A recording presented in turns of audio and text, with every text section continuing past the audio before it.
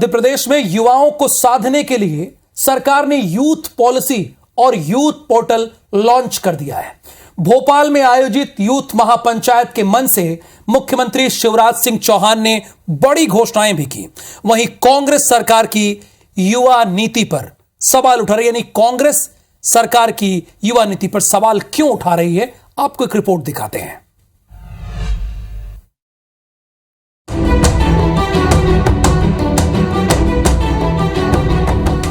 MP में इसी साल चुनाव है, लिहाजा सरकार ने आदिवासियों और महिलाओं के बाद यूथ पर फोकस शुरू कर दिया है। इसके लिए भोपाल के मोतीलाल नेहरू स्टेडियम में युवा महापंचायत का आयोजन किया गया। इस दौरान सीएम ने युवाओं को लेकर कई बड़े ऐलान किए, जिसमें हिंदी के छात्रों के लिए मेडिकल सीट्स रिजर्व की जाएंगी। नीट में सरकारी स्कूलों के बच्चों के लिए 5% आरक्षण देकर अलग से मेरिट लिस्ट बनाई जाएगी। 1 साल में जितने चाहे नौकरी फॉर्म भरें, फीस एक बार ही लगेगी। एमपी सरकार मुख्यमंत्री युवा कौशल कमाई योजना भी लाएगी। ये युवा नीति केवल कर्मकांड नहीं है, ये तुम्हारी जिंदगी बदलने का एक विनम्र प्रयास है, एक छोटा प्रयास है।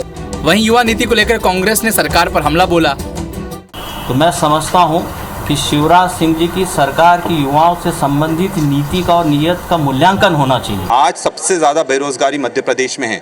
पूरे देश में सबसे ज्यादा ग्रेजुएट बेरोजगार हैं तो वो मध्य प्रदेश में है। सरकार ने युवा नीति की लॉन्चिंग कर मास्टर स्ट्रोक मारा है। इससे पहले लाडली बहना योजना लॉन्च कर सरकार प्रदेश की आर्थिक रूप से कमजोर महिलाओं तक अपनी पहुंच बनाने में सफल रही है। अब इस कवायद का फायदा चुनाव में कितना मिलता है, ये तो नतीजे ही बताएंगे।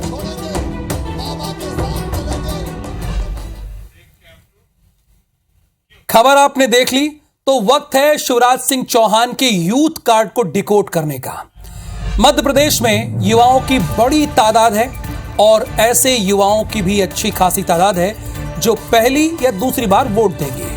और आज जो शिवराज सिंह चौहान ने घोषणाएं की हैं, वो सारी कवायद युवाओं को आकर्षित करने की है। बहरहाल यहां एक बात समझनी होगी कि शिवराज सिंह चौहान की राजनीति की यूएसपी यानी यूनिक सेलिंग प्रीपोजिशन, आपने सुना होगा, एक ऐड देखा होगा कि आपके टूथपेस्ट में नमक है, ये इसमें कुछ है नहीं, लेकिन वो टूथपेस्ट को अलग बनाती है। तो वैसे ही लोक लुभावन योजनाएं, ऐसी योजनाएं जिससे लोगों को सीधे फायदा पहुंचे, जैसे कि लाडली बहना, लक्ष्मी योजना। शिवराज की ये नीति ही कांग्रेस की सबसे बड़ी चुनौती है। कांग्रेस विपक्ष में है, सरकार बीच में ही गिर गई थी। ऐसे में कांग्रेस कैसे शिवराज की इन योजनाओं के हितग्राहियों को साधेगी? साफ शब्दों में कहा जाए तो शिवराज को काउंटर करने के लिए कमलनाथ को तगड़ी रणनीति बनानी होगी और बिना इसके काम नहीं होगा।